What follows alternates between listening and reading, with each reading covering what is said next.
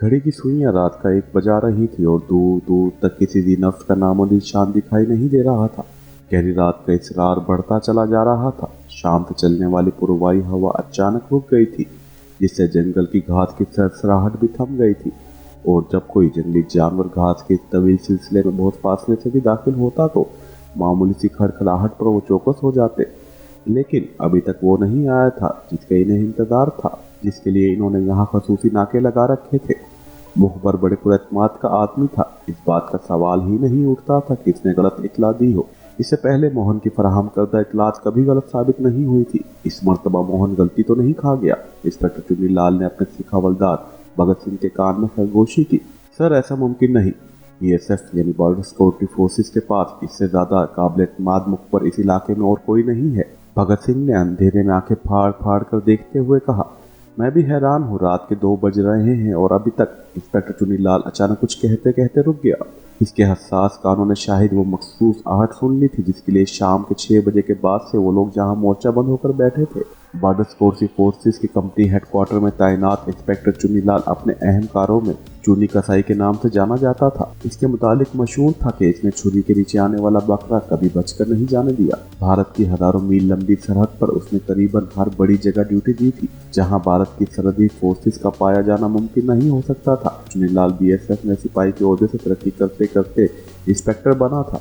जब से पंजाब में स्मगलरों ने जोर पकड़ा था, तब से उसकी मुस्तकिल ड्यूटी पंजाब के ही सरहदी इलाकों में लगाई जा रही थी। गुज़श्ता 3 साल से इसे इंस्पेक्टर के ओहदे पर तरक्की देकर बीएसएफ की खुसूसी छापामार टीम में शामिल कर लिया गया था। इस टीम की हैसियत बीएसएफ में वही थी जो जर्मन अफवाज में किसी टापों हुआ करती थी। अफसरों को चहिता होने की वजह से कोई भी चुन्नीलाल के मुंह लगना पसंद नहीं करता था। सब जानते थे कि वो अफसरों का मुंह चढ़ा है और इसकी बात को अफसरान खामखा ज्यादा अहमियत देते हैं।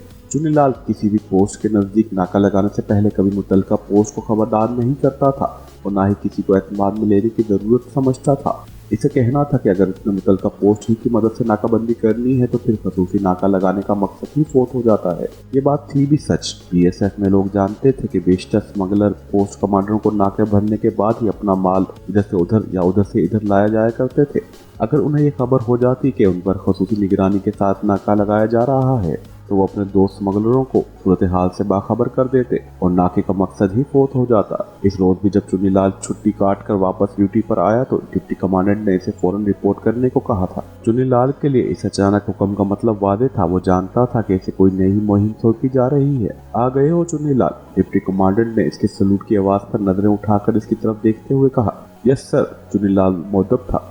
डिप्टी कमांडेंट ने अपने सामने धरी फाइल बंद करके एक तरफ रख दी और वहां खड़े हवलदार क्लर्क को वहां से जाने का इशारा करने के बाद इंस्पेक्टर चुन्नीलाल को अपने सामने कुर्सी पर बिठा लिया। चुन्नीलाल, इस मर्तबा मामला जरा मुख्तलिफ है। मैं समझा नहीं सर। इंस्पेक्टर चुन्नीलाल ने कदरे हैरानगी से पूछा। देखो चुन्नीलाल, आज से पहले तुम जासूसों और स्मगलरों को ही पकड़ते आए हो, लेकिन इस मर्तबा तुम्हें बड़े खतरनाक चोर को गिरफ्तार करना है। डिप्टी कमांडेंट ने कहा और चुन्नीलाल मुस्कुरा दिया क्योंकि इसके लिए कोई काम ऐसा नहीं था जिसे वो पहले से कोई मुख्तलिफ समझता हो। सर, ये तो मामूल की बात है। चोर भी इंसान ही होते होंगे। स्मगलरों और जासूसों से ज्यादा खतरनाक तो नहीं होते होंगे। नहीं चुन्नीलाल, अगर आम किस्म के मुलजिम होते तो सरहद पर कितनी एजेंसियां मौजूद हैं, कोई न कोई तो उसे पकड़ ही लेता। इस मर्तबा तुम नत्थू खां को पकड़ने जा रहे हो। कहने को तो वो आम किस्म का उठाई गिरा है, लेकिन गुज़श्ता 15 साल से उसने भारतीय इलाके में मौजूद देहातों में दहशत फैला रखी है। बड़े मजबूत पहरे से भी वो बड़ी आसानी से ढोर डंगर खोल कर ले जाता है और किसी को कानो कान खबर नहीं होती। उसे गिरफ्तार करने के लिए गुज़श्ता 5 साल से कितनी कोशिशें मैं खुद कर चुका हूँ, लेकिन हर दफा नाकामी का मुंह देखना पड़ा। चुन्नीलाल, ये नत्थू खान इंसान नहीं चिलावा है और चिलावा खतरे की बू मीलों दूर से सूंघकर यूं गायब हो जाता है जैसे उसे जमीन ने निगल लिया हो या आसमान ने उचक लिया हो। हैरत है सर, आपको भी। चुन्नीलाल हैरान था कि एक मामूली जानवर चोर बीएसएफ के काबू में नहीं आ रहा। इसने एहतरामन अपनी बात नामुकम्मल ही छोड़ दी थी। चुन्नीलाल इस कमबख्त नत्थू खां की चोरियों से तंग आकर 15-16 देहातों के रहने वालों का एक नुमाइंदा वफद दिल्ली तक जा पहुंचा है। इन लोगों ने बाकायदा शिकायत की है कि अगर इस मुसीबत से इनका छुटकारा ना दिलाया गया तो वो इस पर जबरदस्त एहतजाजी तहरीक शुरू कर देंगे। डिप्टी कमांडेंट की संजीदगी देखकर इंस्पेक्टर चुन्नीलाल भी सोचने पर मजबूर हो गया था कि वाकई दाल में कुछ काला है। अगर ये कोई आम किस्म का स्मगलर होता तो कम से कम उसे जहमत न दी जाती। हालांकि इसके जहन ने अभी तक इस बात को तस्लीम नहीं किया था कि कोई मवेशी चोर इतना ताकतवर हो सकता है कि भारत की बॉर्डर सिक्योरिटी फोर्सेस को ही नचा कर रख दे। मैं आपको यकीन दिलाता हूँ सर, कि अगर वाकई ये इतला सही है जिस पर हम सरहद की खसूसी नाकाबंदी करने जा रहे हैं तो फिर दुनिया की कोई ताकत न थूको इस मर्तबा बचा नहीं सकेगी। इसने बड़े पुरएतमाद लहजे में कहा। चुनीलाल, तुम हैरान तो होगे कि आज मैं कैसी बातें कर रहा हूँ, लेकिन अपनी साबका नौकरी और तजर्बे की बुनियाद पर तुमसे यही कहूंगा कि फिलहाल कोई दावा न करो। इस बात में कोई शक नहीं कि तुम हमारी फोर्स के लिए सरमाया इफ्तिखार हो और कोई नामुमकिन और बज़ाहिर इंतहाई मुश्किल मुहिम तुमने सर की है, लेकिन इस मर्तबा मामला मुख्तलिफ है। मैं तुम्हें यही नसीहत करूंगा कि अपनी चौकस में कमी ना आने देना और मकामी पोस्टों वालों को एतमाद में लिए बगैर ही कोई कार्रवाई करना। मैंने कंपनी हेडक्वार्टर को हिदायत कर दी है कि तुम्हें जितनी फोर्स की ज़रूरत हो तुम्हारी दरख्वास्त पर दे दी जाए, और हाँ, इन्हें भी मैंने अंधेरे में रखा है और ये बताया है कि इस मर्तबा नाकाबंदी जासूसों के एक गिरोह के लिए की जा रही है। किसी को कानो कान खबर नहीं होनी चाहिए कि तुम नतू खां की सरकोबी के लिए जा रहे हो। समझ गए ना? डिप्टी कमांडेंट ने इस तरह सरगोशी के अंदाज में इसकी तरफ झुकते हुए बात की थी जैसे उसे दीवारों से भी खतरा हो। जिस कंपनी कमांडेंट ने इंस्पेक्टर चुनीलाल की शक्ल में अपना खसूसी फोर्स का दस्ता बना रखा था, इस तरह बीएसएफ की इंटेलिजेंस ने भी इस इलाके में अपने मुखबरों का खसूसी जाल बिछा रखा था। ये मुखबर मकामी पोस्टों से राब्ता नहीं रखते थे और कोई भी अहम इत्तला मिलने पर बराह रास्त का मकामी कमांडर से राब्ता करते थे। मोहन सिंह का शुमार भी ऐसे ही मुखबरों में होता था।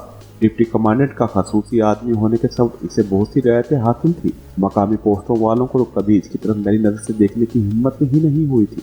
इन्हें सख्ती से हिदायत की गई थी कि मोहन के खिलाफ कोई भी कार्रवाई करने से पहले वो कंपनी कमांडेंट से इजाजत लेंगे, जिसके बाद ही इन्हें कुछ करने का इख्तियार होगा। मोहन सिंह को अपनी अहमियत का एहसास था और उसने बीएसएफ की इस कमजोरी का फायदा उठाकर मुखबरी के चक्कर में अपना धंधा भी शुरू कर दिया था। वो मुकामी स्मगलरों से बाकायदा इस काम का हिस्सा लेता था और जो कोई उसे हिस्सा देने से इनकार करता उसके खिलाफ नाका लगवा कर उसको गिरफ्तार करवा देता था। मोहन को डिप्टी कमांडेंट ने बतौर खास ये मुहिम सौंपी थी और आज उसकी तरफ से फराहम करदा इत्तला की बुनियाद पर उसने इंस्पेक्टर चुनीलाल की कमान में इस इलाके में नाकाबंदी कर दी थी। चुनीलाल ने अचानक ही भगत सिंह के कंधे पर हाथ रखा, जिसका मतलब ये था कि इसका शिकार इस तरफ आया है। जिस जगह इन लोगों ने नाका लगाया हुआ था वहां से करीबन 1 फरलांग की दूरी पर जमीन में खसूसी आलात दबा दिए गए थे जो बहुत दूर से आने वाले कदमों की चाप को कई गुना बढ़ाकर इन्हें सुना सकते थे। ये आलात हाल ही में बीएसएफ ने दरामद किए थे और इन्हें खास मौकों पर ही इस्तेमाल किया जाता था। होशियार इंस्पेक्टर चुनीलाल ने अपने हाथ में पकड़े वॉकी टॉकी के जरिए अपने जवानों को सिग्नल पास कर दिया और इसके साथ ही एक खास तरबियत से फैलाए गए मोर्चों में चौकस होकर बैठ गए थे जवान। इन्हें अब चुनीलाल के अगले इशारे का इंतजार था, जिसके बाद ही इन्होंने फायरिंग शुरू करनी थी और किसी भी हंगामी सूरत हाल का मुकाबला करने के लिए हरदम तैयार रहते थे। इंस्पेक्टर चुनीलाल ने अब अपनी आंखों से वो दूरबीन लगाई थी जिसके शीशे रात के अंधेरे में दिन की रोशनी की तरह मंजर अयां करने की ताकत रखते थे। जिस तरह डिप्टी कमांडेंट साहब ने उसे मुल्जिमान से मुतालिक इत्तला फराहम की थी, इसके बाद से इंस्पेक्टर चुनीलाल ने तो यही समझा था कि वो आने वाले एक ग्रुप की सूरत में होंगे और इनके पास जदीद तरीन ऑटोमेटिक असला होगा। लेकिन अचानक ही अगर वो खुद पर काबू न रखता तो इसकी हंसी निकल जाती, क्योंकि अब 2 हवेले दूरबीन के शीशों की मदद से नुमायां होने लगे थे। ये दोनों एक दूसरे के ताक़ुब में लेकिन बड़ी होशियारी के साथ एक दूसरे से करीबन 15-20 फुट का फासला दरमियान में रखने के बाद भारतीय इलाके की तरफ चले आ रहे थे। दोनों ने आम सी राइफलें उठा रखी थी। आगे चलने वाले ने स्टीन गन और उसके ताक़ुब में आने वाले ने शायद कलाशनकोव थाम रखी थी। दोनों सीधे इंस्पेक्टर चुनीलाल के फैलाए हुए जाल की तरफ बढ़ रहे थे। अचानक ही चुनीलाल ने इन्हें रुकते देखा। आगे चलने वाले ने रुककर अपना बायां हाथ बुलंद किया था। ये शायद कोई इशारा था जो इसने अपने ताक़ुब में आने वाले को दिया और इस तरह अचानक वो रुका जैसे बिजली के बटन से इसे चलाया जा रहा हो। आगे चलने वाला अब जमीन पर उकड़ू बैठा शायद फिजा में खतरे की बूंद सूंघ रहा था या कोशिश कर रहा था, फिर अपने कानों की मदद से कोई आहट सुनने का मुंतजिर था। अगला लम्हा चुनीलाल को चौंका देने वाला था जब आगे चलने वाले ने बैठे बैठे अपने साथी को दाएं हाथ में पकड़ी स्टीन गन लहराकर खुदा जाने क्या इशारा किया था कि इसने बिजली की सी फुर्ती से अपनी कमर से बंधे थैले में हाथ डालकर शायद उसमें से ग्रेनेड निकाल लिया था।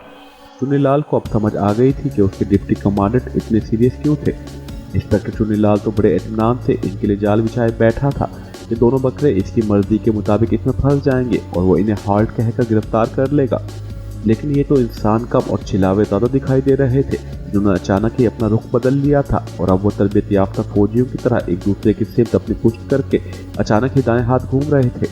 इसका मतलब ये था कि इन्होंने अपना मौजूदा रास्ता अचानक बदल कर और एक लंबा चक्कर काट कर इस तरफ आने का मंसूबा बनाया होगा और उन दोनों के खाली हाथों में पकड़े दस्ती बम इस बात का इशारा दे रहे थे कि वो ज़मीन पर बैठे बतखों की तरह बीएसएफ के काबू में आने वाले भी नहीं हैं। इंस्पेक्टर चुन्नीलाल के दिल की धड़कनें अचानक ही इस वक्त बढ़ गई जब उसने देखा कि दोनों ने दाएं से चलते चलते अपना रुख अचानक बदला और अब इस अंदाज में बाईं तरफ एक दायरा सा बनाकर घूमे थे कि अपनी दांत पे इन्होंने कम से कम 100-150 गज दूर दूर तक फैले नाकाबंदियों से खुद को महफूज कर लिया था। ये बड़ा अहम जंगी दाव था जो इन्होंने खेला था। दोनों की पिस्पाई का अंदाज तो ये बता रहा था जैसे वो किसी इंतहाई तरबियत याफ्ता फौज के कमांडो ग्रुप से ताल्लुक रखते हों और किसी भी किस्म की अचानक पेश आने वाली सूरत हाल से निपटने की इन्होंने खसूसी तरबियत हासिल कर रखी हो। जिस तरह इन्होंने दाएं हाथ का दायरा काट कर अपना रुख अचानक इंस्पेक्टर चुन्नीलाल के बाएं हाथ की तरफ मोड़ा था, अगर वो इसी तरह का एक और 100-150 गज का दायरा इस तरफ से भी काट जाते तो फिर इंस्पेक्टर चुन्नीलाल और इसके मोर्चाबंद साथी सिवाय इनका मुंह देखने के और कुछ न कर पाते। उनकी तमाम तदबीरें धरी की धरी रह जाती। वो तो अपनी दास्त में इस तरह जाल फैलाए बैठे थे कि दोनों मछलियों को बच जाना मुमकिन ही नहीं हो सकता था। अगर वो चंद मिनट और शचोपंज में मुब्तला रहता तो दोनों बड़े इत्मीनान से इसकी गिरफ्त से निकल जाते। क्योंकि इंस्पेक्टर चुन्नीलाल के तयशुदा प्लान के मुताबिक अभी ये लोग इस मकाम पर नहीं पहुंचे थे कि वो हमलावर होता, लेकिन वो इस तरह बेबसी से अपनी शिकस्त का तमाशा तो नहीं देख सकता था।